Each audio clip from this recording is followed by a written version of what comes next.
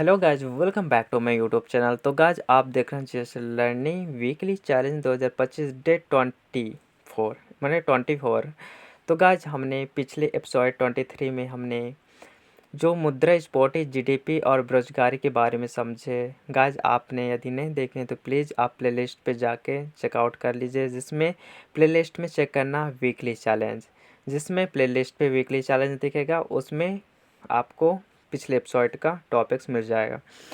तो गाइज आज हम पढ़ेंगे इसकी monetary and fiscal policy in India, यानी कि भारत में मौद्रिक और राजकोषीय नीतियाँ।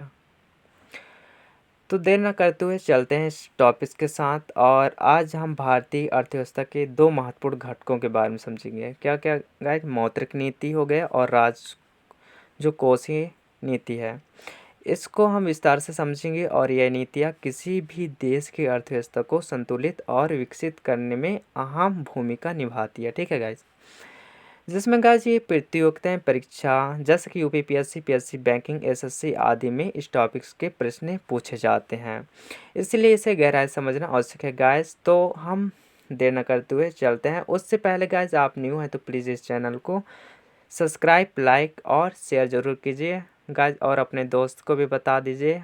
आपका भाई का चैनल है गाइज, और सपोर्ट करना आपको बनता है गाइज। और मैं day wise day PDF related, main topics related मैं वीडियो कवर कराता हूँ। तो गाइज हम day wise day per day देखेंगे। तो गाइज अब देर न करते हुए चलते हैं इस टॉपिक्स की ओर।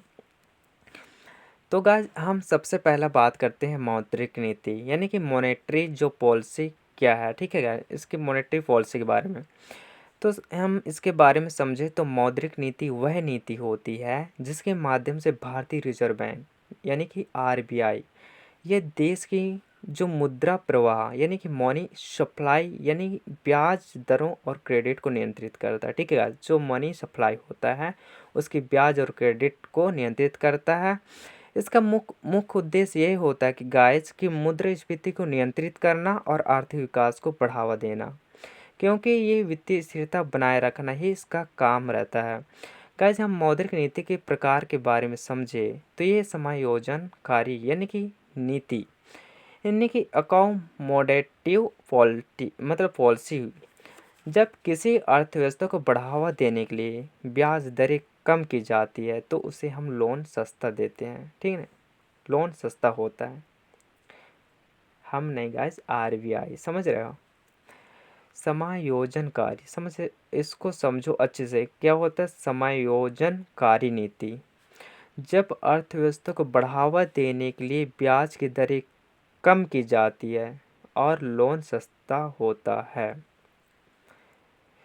और सेकंड बात आता है कड़ी मौद्रिक नीति, यानी कि टिगट जो मॉनेटरी पॉलिसी होता है, यानी कि जब मुद्रास्फीति को नियंत्रण करने के लिए ब्याज की दरें मतलब ब्याज की दर जब बढ़ जाती है तो लोन भी उसके साथ महंगे हो जाते हैं। इसी प्रकार से हम बात करें तीसरा, यानी कि तटस्थ मौद्रिक नीति। इसमें जब न तो ब्याज दरें बढ़ती है और ना ही घटती है। ये तीसरा मुद्रास्फीति के प्रकार हो गया, यानी कि मौद्रिक नीति। ठीक है गाइस, जिसमें हम संयोजन में समझे हैं कि जब अर्थव्यवस्था को बढ़ावा मिलता है तो ब्याज दर क्या होता है, कम हो जाती है और लोन सस्ता हो जाता है। उसी प्रकार हम कड़ी मौद्रिक नीति में समझे तो ये जब मुद्रास्फीति को नियंत्रित करने की ब्याज की दर जब बढ़ जाती है तो लोन भी महंगा हो जाते हैं। और हम अब बात करते हैं मौद्रिक नीति के उपकरण, जिसमें टूल्स ऑफ मॉनेटरी पॉलिसी के बारे में समझेंगे। तो आरबीआई कहता है आरबीआई मौद्रिक नीति को लागू करने के लिए दो प्रकार को हम उपकरणों का उपयोग करते हैं, जिसमें आरबीआई में सबसे पहले आता है मुद्रात्मक उपकरण, जिसमें हम मुद्रा प्रवाह को प्रभावित करने वाले उपकरण कहते हैं। जिसमें रेपो रेट वह दर जिस पर आरबीआई को बैंकों को अल्पकालिक यानी शॉर्ट टर्म ऋण देता है। रेपो रेट वह दर जिस पर आरबीआई बैंकों को शॉर्ट टर्म ऋण देता है। जिसमें रेपो रेट बढ़ने से महंगे ऋण देते हैं। मान लीजिए जब रेपो रेट बढ़ जाता है तो बैंक को महंगे ऋण देते हैं, जिसपे मुद्रा प्रवाह कम होता है, मतलब मुद्रा का प्रवाह फिर कम हो जाता है और मुद्रास्फीति घटती है। जिसमें रेपो रेट घटने के कारण ऋण भी सस्ते होते हैं, जिससे आर्थिक गतिविधियां भी तेज बढ़ती हैं। जब ऋण ही सस्ता होगा तो आर्थिक जो गतिविधि है वो तो तेज होगा ही, सिंपल बात है। ठीक है गाइस। सेकंड बात करते हैं हम इसकी रिवर्स जो रेपो रेट मतलब रिवर्स, वह दर जिस पर आरबीआई बैंकों का उनकी अतिरिक्त नकदी उधार लेता है। वह दर जिस पर आरबीआई बैंकों की उनकी अतिरिक्त जो नकदी उधार लेता है, वह बढ़ने पर बैंकों का पैसा जो आरबीआई अधिक जमा होता है। ठीक है गाइस। बढ़ने पर बैंकों का पैसा आरबीआई में अधिक जमा होता है और बाजार में मुद्रा प्रवाह कम हो जाता है। तो कुछ उस हम समझें इसमें रिवर्स रेपो रेट में, जब वही बैंक का जो पैसा है वो अतिरिक्त नकदी उधार मतलब दे चुका होता है, तो वो पैसा मतलब क्या होता है, जो दिया होता पैसा है वह आरबीआई बैंक में अधिक जमा होता है, क्योंकि बढ़ जाता है और वह बढ़ के आगे बाजार में वह मुद्रा प्रवाह कम हो जाता है। ठीक है गाइस। अब बात करते हैं सीआरआर यानी कि कैश रिजर्व रेशियो, जिसमें हमें यह वह न्यूनतम नकद राशि होती है जो बैंकों को अपने कुल जमा का एक निश्चित परसेंट आरबीआई के पास रहता है कि हमें इतना ही पैसा सीआरआर देना ही है। सीआरआर बढ़ने से बैंक के पास कर्ज देने के लिए कम धन बचता है, क्योंकि जब पैसा उसका परसेंटेज बढ़ा देता है तो भाई बैंक जो रहता है सीआरआर बढ़ जाता है तो पैसा देने के लिए धन बचता है, कम धन बचता है, जिससे हम मुद्रा प्रवाह घटता जिससे वह मुद्रा प्रवाह घटता है। अब बात करें एसएलआर क्या होता है गाइस, वह न्यूनतम परसेंट होता है जिसमें बैंक को अपनी कुल जमा राशि एक निश्चित हिस्सा नगद, स्वर्ण व अथवा सरकारी बॉन्ड के रूप में रखना होता है। इसमें अब हम बात करें उसके गुणात्मक उपकरण, हम उस पहले क्या समझे थे गाइस, मात्रात्मक उपकरण के बारे में। ठीक है। अब बात करते हैं गुणात्मक उपकरण, जिसमें ऋण की गुणवत्ता को प्रभावित करने के उपकरण। तो पहले आता है सीमांत नकदी मतलब प्रावधान होता है। यह ऋण पर दी जाने वाली गारंटी की न्यूनतम सीमा को निर्धारित करता है। कौन करता है? सीमांत, जो सीमांत नकदी प्रावधान है उसके तहत यह ऋण को दी जाने वाली गारंटी की न्यूनतम सीमा को निर्धारित करता है। फिर आता है नैतिक अनुमेय, जिसमें आरबीआई बैंकों को सलाह देता है कि वह अर्थव्यवस्था की जागरूकता को अनुसार से कर्ज दे। ठीक है, जिसके अर्थव्यवस्था के अनुसार। ठीक है। फिर वह तीसरा आता है प्रत्यक्ष नियंत्रण, जिसमें डायरेक्ट कंट्रोल किसके पास होता है? आरबीआई। आरबीआई बैंकों के लिए कर्ज देने के लिए कुछ प्रतिबंध भी लागू करता है, जिसमें मौद्रिक नीति समिति एमपीसी यानी कि मॉनेटरी पॉलिसी कमेटी जो होता है वो भारत मौद्रिक नीति के निर्धारण और मौद्रिक नीति समिति एमपीसी द्वारा किया जाता है। इसमें 6 सदस्य भी होते हैं, जिसमें 3 आरबीआई से हैं और 3 भारत सरकार द्वारा भी नामांकित रहते हैं। यह समिति हर 2 महीने में बैठक कर और मौद्रिक नीति पर निर्णय लेती है। ये 6 सदस्य जो है, ठीक है, एमपीसी के द्वारा। सेकंड बात करें इसकी राजकोषीय नीति, जिसमें हम फिशल पॉलिसी क्या होती है, अब इसको समझते हैं। ये राजकोषीय नीति वह नीति होती है जिसके माध्यम से भारत सरकार का कराधान मतलब कराधान और सरकार व्यय और उधारी को नियंत्रित करने के लिए अर्थव्यवस्था को संचालित करती है। समझ रहे हो भाई?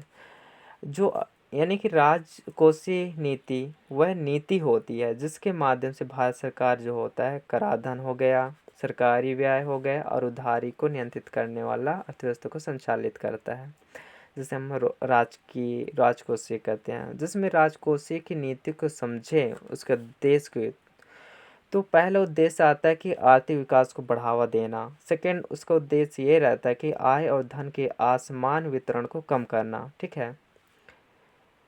और तीसरा आता है मुद्रास्फीति जो और मंदी को नियंत्रित करना।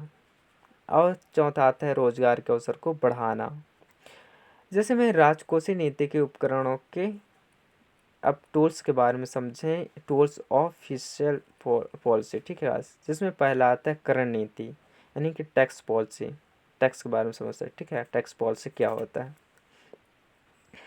तो बैंक द्वारा जो पहला आता है प्रत्यक्ष कर यानी कि डायरेक्ट टैक्स, वह कर जो व्यक्ति या संस्था अपनी आय पर सीधे सरकार को देता है।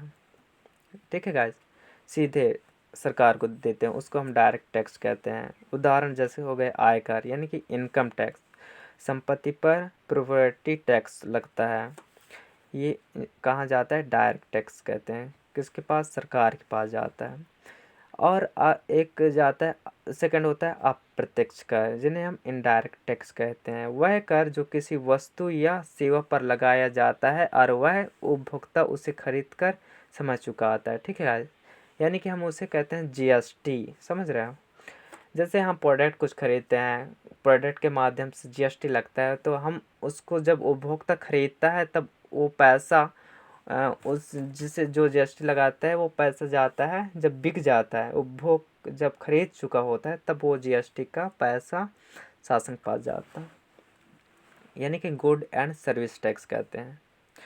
जिन्हें उत्पादक शुल्क यानी कि एक्सक्यूज ड्यूटी आदि। बी सरकारी व्यय की बात करें हम तो जो भारत सरकार है विकास कार्यों और लोक कल्याणकारी योजनाओं पर खर्च करती है। जैसे कि पहला हो गया योजना व्यय, ये शिक्षा, स्वास्थ्य और बुनियादी ढांचे पर खर्च करता है। सेकंड आता है गैर योजना व्यय, जिसमें हम ब्याज भुगतान, रक्षा खर्च हो गया इस पर। जिसके गैर योजना में आगे सरकारी व्यय क्या क्या होता है, पहला होता है योजना व्यय जिसमें शिक्षा, स्वास्थ्य, बुनियादी ढांचे में खर्च करता है। सेकंड हो गया ब्याज भुगतान, जिसके किसी चीज़ का हम मान लो बैंक में हम एक फिक्स डिपॉजिट के माध्यम से हम पैसा जमा करते हैं तो उसका ब्याज जो देता है ये गैर व्यय में आता है। ठीक है गाइस। और ये रक्षा खर्च हो गया, किस रक्षा में बहुत खर्च होता है आज के डेट में, कहीं भी किसी प्रकार से हो गया, जिसमें स्वास्थ्य से रिलेटेड हर चीज़ से तो ये सब में खर्चा कौन करता है, गैर योजना के द्वारा ही किया जाता है। हम बात करते हैं उधारी। जब सरकार अपने खर्चों को पूरा करने के लिए ऋण देती है, मान ली खर्चों के लिए पूरा करने के लिए किसी ऋण देती है, उसे हम राजकोषीय घाटा या फिशल डेफिसिट कहा जाता है। ठीक है गाइस। राजकोष घाटा के बारे में समझें तो ये जब सरकार के कुल खर्च उसकी कुल आय में अधिक होती है, मतलब जब सरकार के कुल खर्च उसकी कुल आय से अधिक होती है उसे हम राजकोषीय घाटा कहते हैं।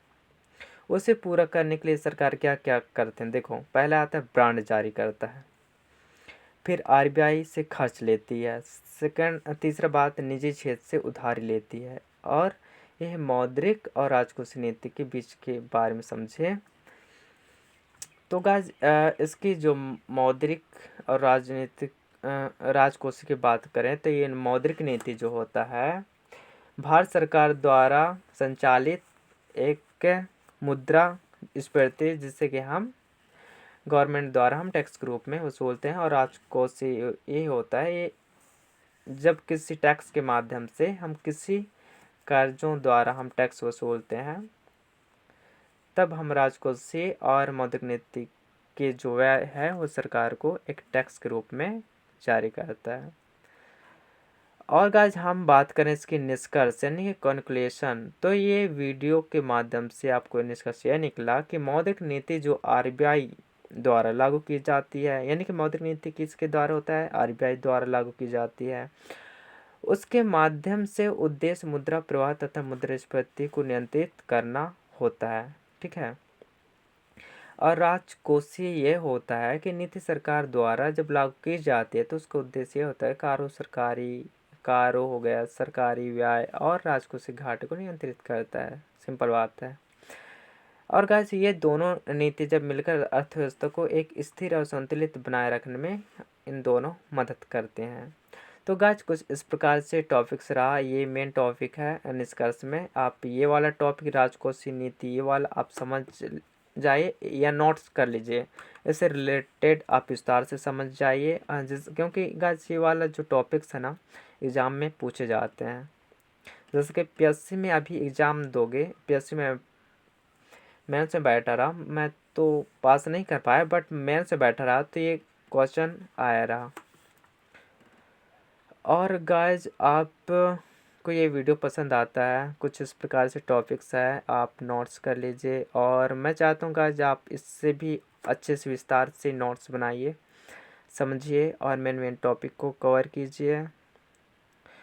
इसमें मेन होता है जैसे कि बैंक के जो स्टूडेंट हैं वो अच्छे से पढ़ रहे हैं, तो आपको आप रेपो रेट और रिवर्स रेपो रेट को तो हमेशा ध्यान पे रखिए। और इससे रिलेटेड क्योंकि गाइज आपको बैंक पीओ में वो भी इंटरव्यू में पूछे जाते हैं कि रेपो रेट्स क्या है बैंक की, रिवर्स रेपो रेट क्या है। तो गाइज ये सब इम्पोर्टेंट टॉपिक्स हैं। तो अब चलते हैं नेक्स्ट टॉपिक्स के साथ।